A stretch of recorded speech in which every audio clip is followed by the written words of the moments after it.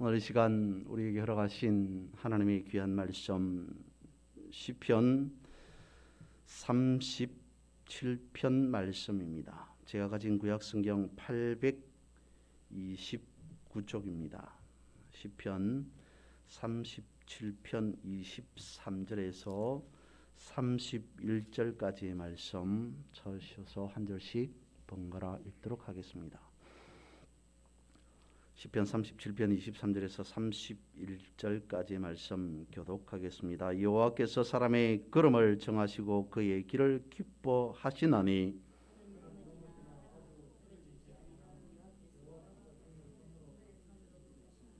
내가 어려서부터 늙기까지 어인이 버림을 당하거나 그의 자손이 걸식함을 보지 못하였도다.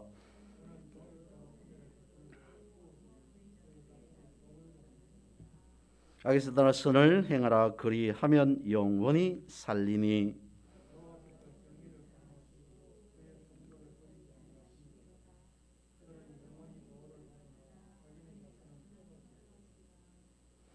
의인이 땅을 차지하며 거기서 영원히 살리로다. 그의 마음에는 하나님의 법이 있으니 그의 걸음은 실족함이 없으리로다. 아멘. 오늘 이 시간이 2022년 올 한 해의 마지막 수요 예배가 되어집니다. 올 한 해의 마지막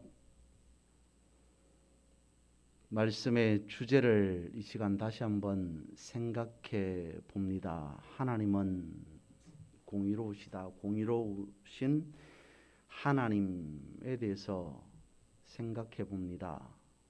한 해 동안 하나님의 공의에 대해서 말씀을 살펴보았습니다. 묵상해 왔습니다.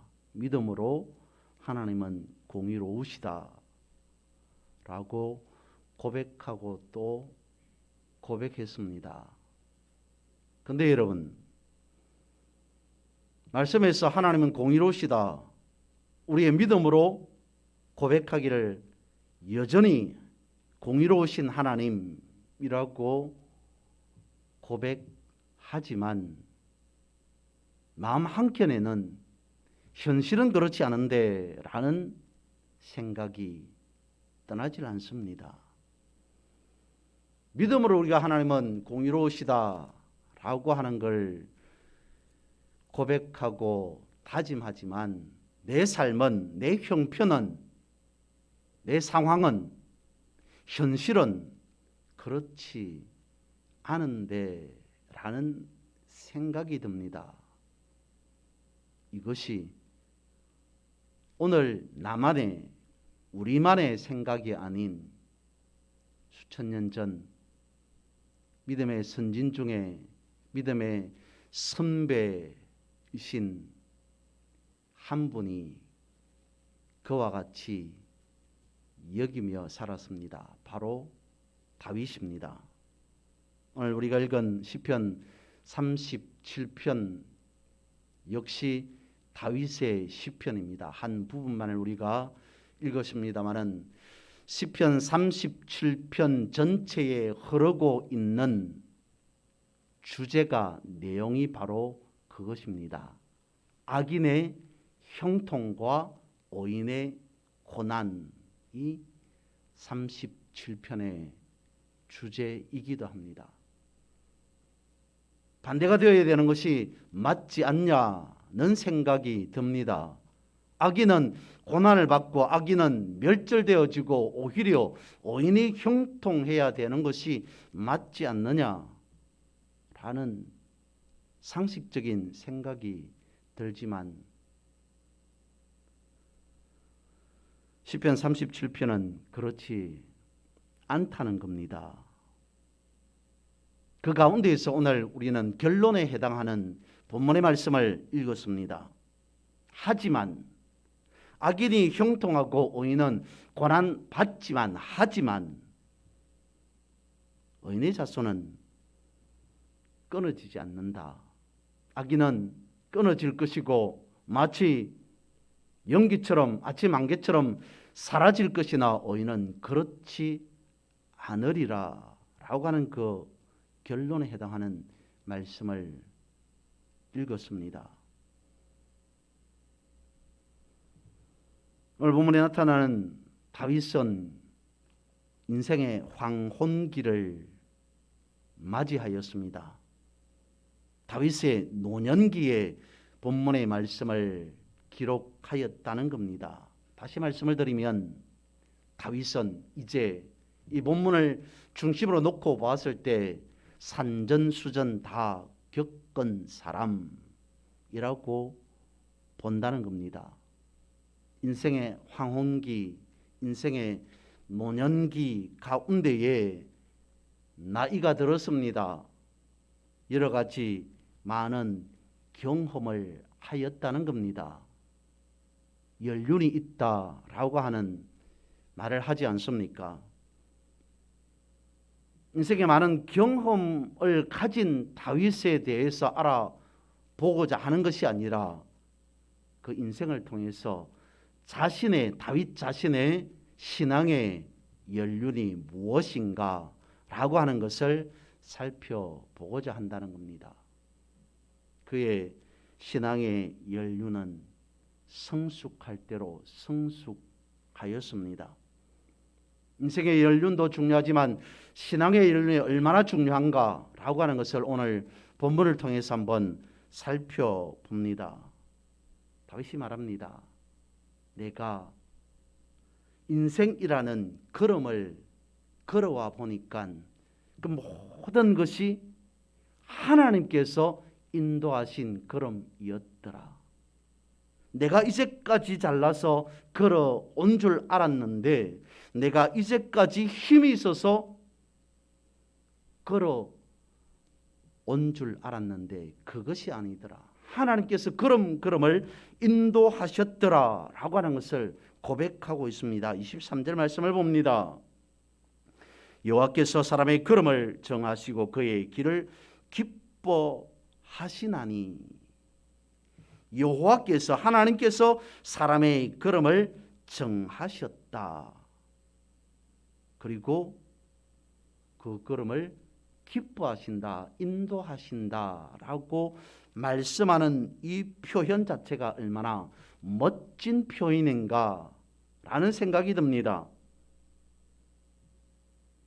하나님께서 사람의 걸음을 정하시고 기뻐하신다 라고 하는 이 표현 자체가 감동적인 표현이다 라고 생각해 봅니다. 왜 그럴까요? 왜 그렇습니까? 다윗은 어떤 인생의 걸음을 걸어간 사람입니까? 수없이 많이 넘어지고 또 넘어진 걸음이었습니다. 인생이었습니다. 우리도 그렇지 않습니까? 살아가다가 인생의 어떤 무게에 짓눌릴 때가 있습니다. 내 인생의 짐은 왜 이리 무거워? 라는 그런 상황이 생깁니다. 그런 때가 있습니다. 그런데 오늘 본문은 무엇이라고 말씀하냐면 이와 같이 말씀하고 있습니다. 24절입니다. 그는 넘어지나 아주 엎드러지지 아니하면 여호와께서 그의 손으로 붙드심이로다. 내가 믿음의 길을 걸어가 보니까 믿음의 인생길을 걸어가 보니까 모든 걸음을 하나님께서 다 인도하신 것은 맞는데 하고 하면서도 자신의 육신적인 그 경험을 인생길을 생각을 떨쳐버릴 수가 없거든요. 그래서 그때를 생각하면서 24절에 이와 같이 표현하고 있습니다. 그는 넘어지나 아주 엎드러지지 아니하였다. 이 말은 넘어졌을지라도 완전히 넘어진 상태로 인생이 끝난 건 아니다 라는 거지 않습니까? 넘어졌을지라도 다시 일어서서 걸어가다가 또 넘어졌을지라도 거기에서 끝난 것이 아니라 다시 일어서서 또 걸어가고 라고 하는 것을 의미하고 있는 것 같습니다. 또한 자신은 똑바른 길을 걸어가고 싶은데 주변의 상황 때문에 그렇지 않더라는 거죠. 비틀거릴 수밖에 없는 상황이 생기더라는 겁니다. 넘어졌다가도 다시 일어나 걸어갔던 인생, 똑바로 걸어가고 싶으나 어떤 주변의 상황으로 말미암아 비틀거릴 수밖에 없었던 인생. 그런데 거기에 그가 깨달은 것은 무엇이었다고 말씀하고 있냐면 여호와께서 그의 손으로 붙드심이로다. 앞서 23절에서 고백했던 것과 마찬가지입니다. 넘어졌을지라도 다시 일어설 수 있었던 이유는 비틀거리지만 목적지까지 정확하게 도달할 수 있었던 연유는 내 힘이 아니었다. 하나님께서 모든 걸음을 인도해 주셨기 때문이다. 여호와께서 그의 손으로 붙드심이로다 라고 고백하고 있습니다. 말씀하고 있습니다. 가르쳐 주고 있습니다. 깨닫게 해 주십니다. 다시 초대 교회를 생각해 봅니다. 얼마나 비틀거리는, 아니 비틀거릴 수밖에 없었던 초대 교회였습니까? 정확하게 온전하게 똑바른 믿음을 붙잡고 살아가고 싶었으나 넘어질 수밖에 없었습니다. 비틀거릴 수밖에 없었습니다. 상황 자체가, 당시의 세상 자체가 그럴 수밖에 없었던 상황, 세상이었기 때문입니다. 하지만 초대교회가 그렇게 넘어지고 또 넘어졌을지라도, 비틀거리고 또 비틀거렸을지라도 역사 속에서 사라졌습니까? 흔적을 찾을 수 없게 되었습니까? 아닙니다. 방방곡곡, 아니 전 세계 열방 모든 곳에 복음이 증거되는 단초가 되었습니다. 계기가 되었습니다.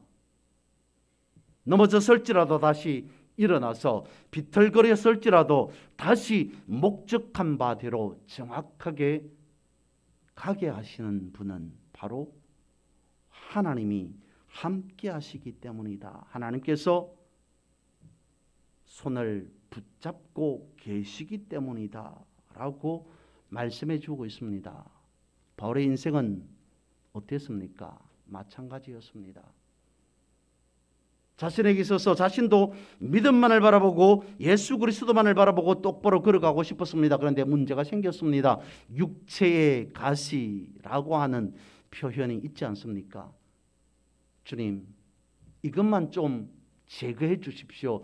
빼 주십시오. 해결해 주십시오.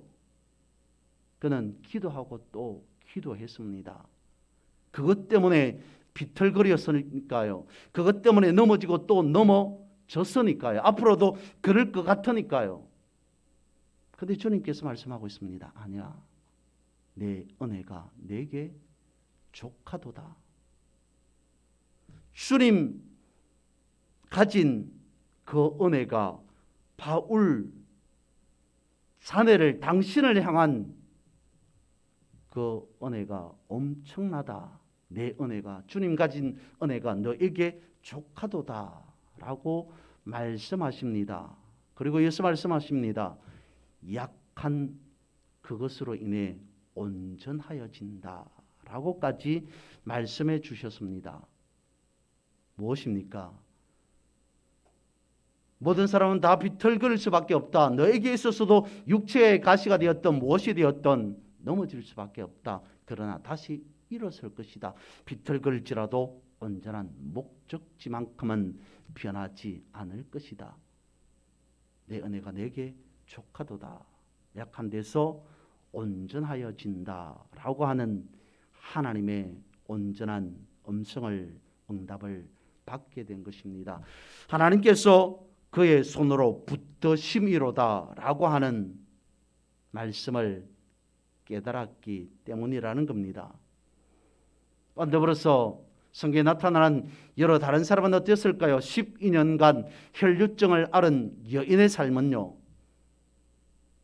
38년 동안 베데스다라고 하는 연못가에서 꼼짝달싹하지 못하고 그저 연못만 바라보고 누워 있었던 그분의 인생은요, 나면서부터 걷지 못하여서 사람들에게 손가락질 받을 수밖에 없었던 그의 인생은 또 어떠했겠습니까? 끊임없이 저들은 흔들렸을 겁니다. 비틀거렸을 겁니다. 넘어졌을 겁니다. 아니, 우리가 생각하는 그 정도였을까요? 그 이상이었습니다. 2000년 당시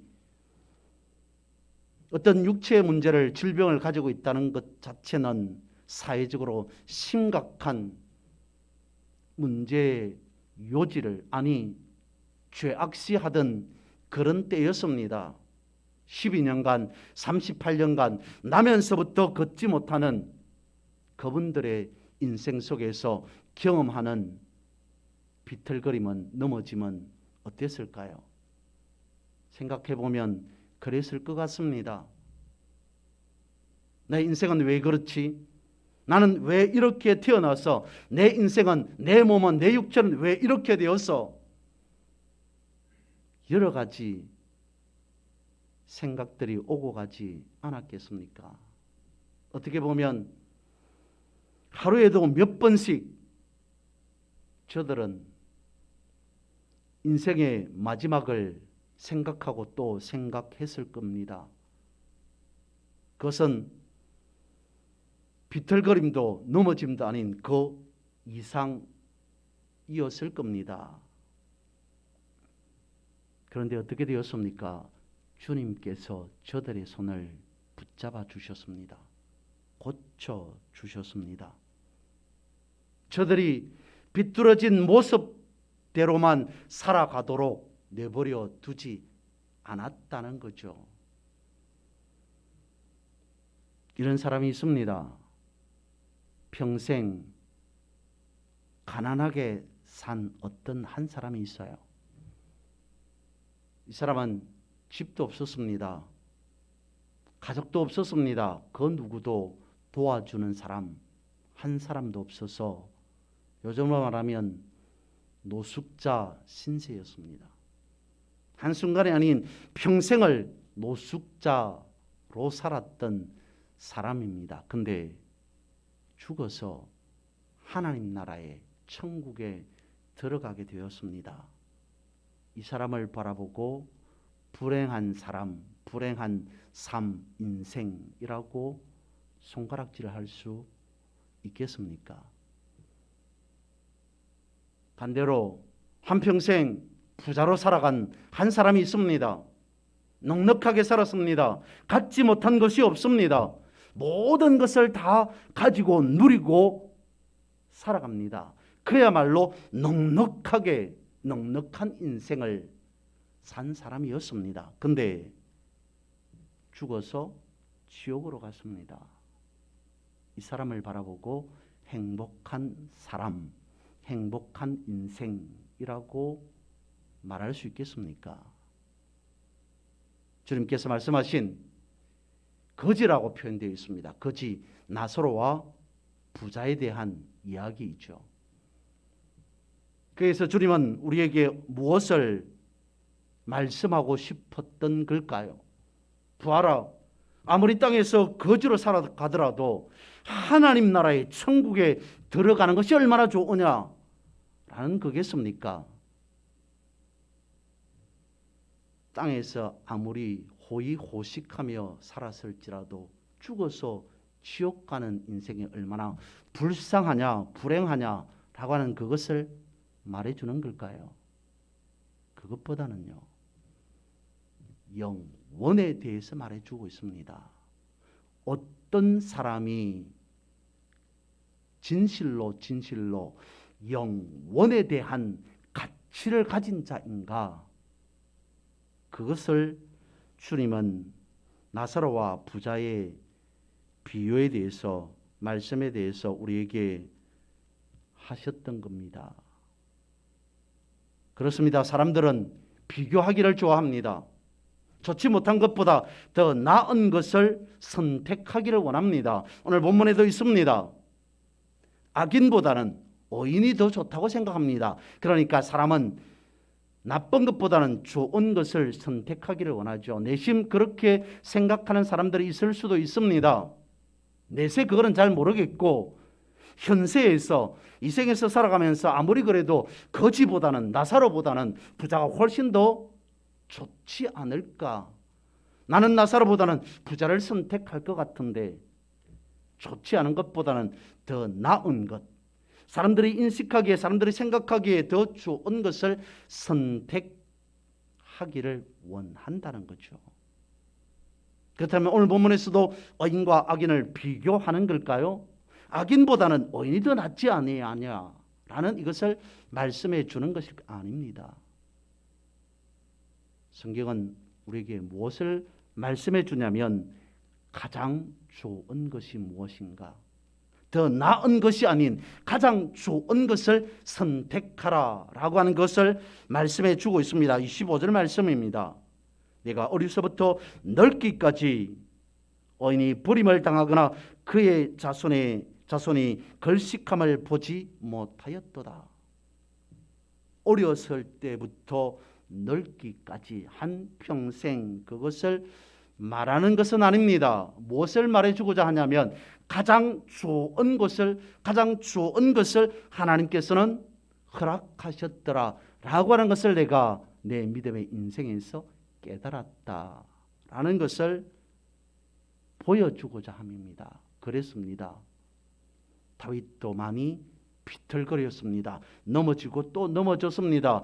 어느 순간에는 미친 사람처럼 행동할 때도 있었습니다. 수없이 많이 비틀리는 그 삶 속에서 그가 깨달았던 것은 하나님께서는 우리에게 가장 좋은 것을, 최고의 것을 허락하고자 하셨던 거구나 라는 사실을 깨달았다는 겁니다. 다시 25절에서 말씀을 이어서 살펴봅니다. 내가 어려서부터 늙기까지 의인이 버림을 당하거나 그의 자손이 걸식함을 보지 못하였도다. 그는 종일토록 은혜를 베풀고 구워주니 그의 자손이 복을 받는도다. 악에서 떠나선을 행하라. 그리하면 영원히 살리니 여호와께서 정의를 사랑하시고 그의 성도를 버리지 아니하심이로다. 그들은 영원히 보호를 받으나 악인의 자손은 끊어지리로다. 의인이 땅을 차지하며 거기서 영원히 살리로다. 아멘. 여기에서 우리가 느낄 수 있는 것은, 여기에서 우리가 생각해 볼 수 있는 것은 무엇이겠습니까? 아닌데, 이것이 아닌 것 같은데 라는 생각이 들지 않습니까? 왜요? 다윗의 인생은 오늘 본문 이와 같이 않았다는 사실 때문에요. 그는 어려서부터 늙기까지 어쩌면 끊임없이 지속적으로 계속 반복하여서 버림받은 듯한 삶을, 인생을 살았던 사람이기 때문에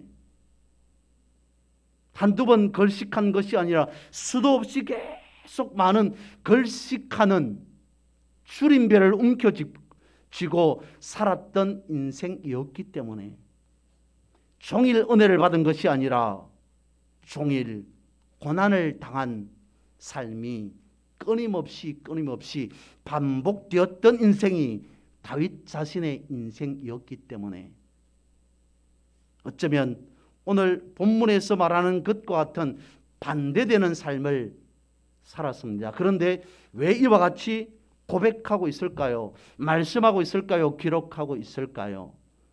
본문에서 그 해답을 제시해 주고 있습니다. 하나님께서는 나에게 내 인생을 통해서 가장 좋은 것을 주셨더라 라고 하는 것을 내가 비로소 알았기 때문이다. 그거를 한마디로 이와 같이 정리하고 있습니다. 영원히라고 말입니다. 지난번에 말씀을 드렸습니다. 특별히 다윗의 시편에서 보면 이와 같은 반복되는 즐겨 사용하는 단어들이 많이 등장하지 않습니까? 반드시, 그리고 오늘 본문에서 나타나는 영원히 그리고 오직이라고 하는 이런 단어들 말입니다. 오늘 본문에서 말씀하고 있습니다. 영원히, 잠시가 아닌, 순간이 아닌 영원히라고 하는 것을 끊임없이 반복하고 있습니다. 그 영원의 삶을 내가 놓고 보았을 때 오늘 본문과 같더라는 거죠. 무엇이요? 의인은 영원히 삽니다. 영원히 보호를 받습니다. 의인이 받을 축복은 영원한 것입니다. 라고 하는 것을 우리에게 가르쳐 주고 있다는 겁니다. 오늘 우리는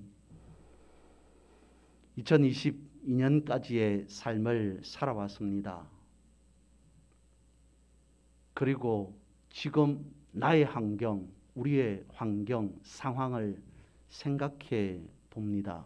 그런데 본문에서는 성경은 뭐라고 말씀하고 있습니까?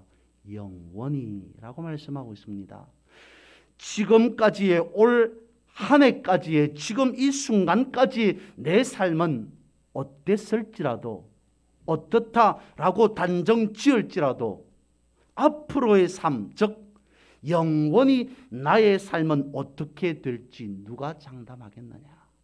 장담하실 분이 누구시겠느냐라고 하는 것을 가르쳐 주고 있습니다. 본문에서 말씀하고 있습니다.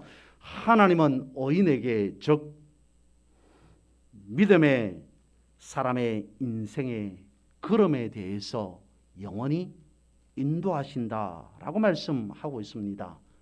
그러므로 오늘 이 말씀을 아는 우리도 영원을 사모하라라고 가르쳐주고 있습니다. 그것이 우리의 인생의 삶의 목표다라고 말씀해 주고 있다는 거죠. 그러면서 본문의 마지막 부분 30절과 31절은 이와 같이 말씀합니다. 의인의 입은 지혜로우며 그의 혀는 정의를 말하며 그의 마음에는 하나님의 법이 있으니 그의 걸음은 실족함이 없을 것이다. 의인의 걸음은 실족하지 않는다. 실족할 수 없다. 라고 말씀하고 있습니다. 결론을 내리고 있습니다. 왜 실족하지 않는다 라고 말씀하고 있는 걸까요?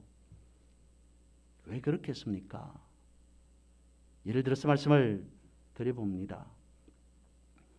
우리가 재산, 일반적인 말로 재산이라고 말하기도 하지만 또 다른 말로 자산이라고 하는 표현을 쓰기도 합니다. 그와 관련된 용어 속에는 고정자산이 있고요, 유동자산이 있고요, 또 이연자산이라는 것도 있습니다. 말 그대로입니다. 고정자산이라고 하는 것은 고정되어 있는 재산, 자산이라는 겁니다. 뭐 부동산 예를 들면 그 정도가 되겠죠. 유동자산은 움직인다는 겁니다. 쉽게 말하면 현금 내지는 현금과 관련된 그런 돈을 유동자산이라고 합니다. 다윗은 우리에게 이거를 말해주고 싶은 겁니다.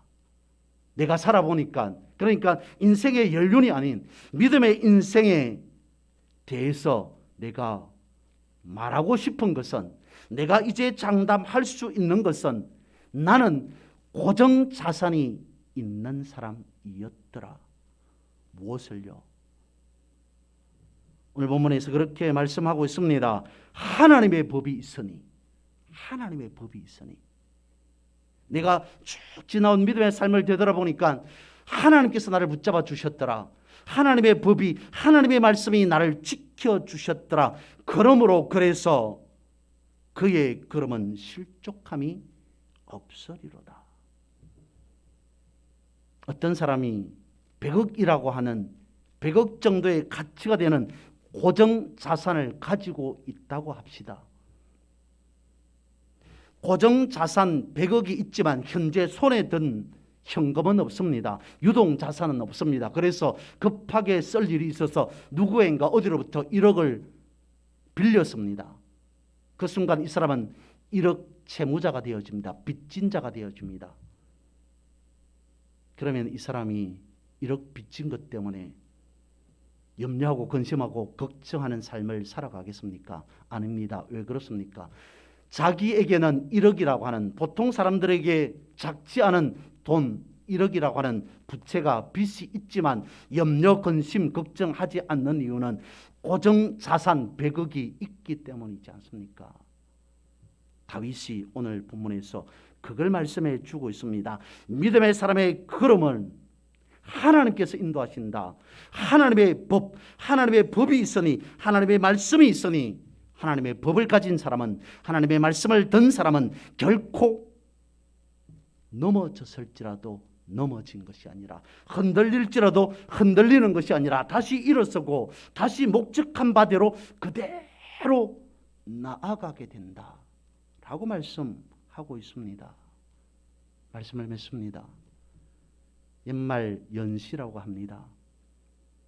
이것을 생각해 보아야 할 것 같습니다. 우리는 말씀이라고 하는 고정 자산을 든든하게 풍성하게 허락받은 자이다. 소유한 자이다.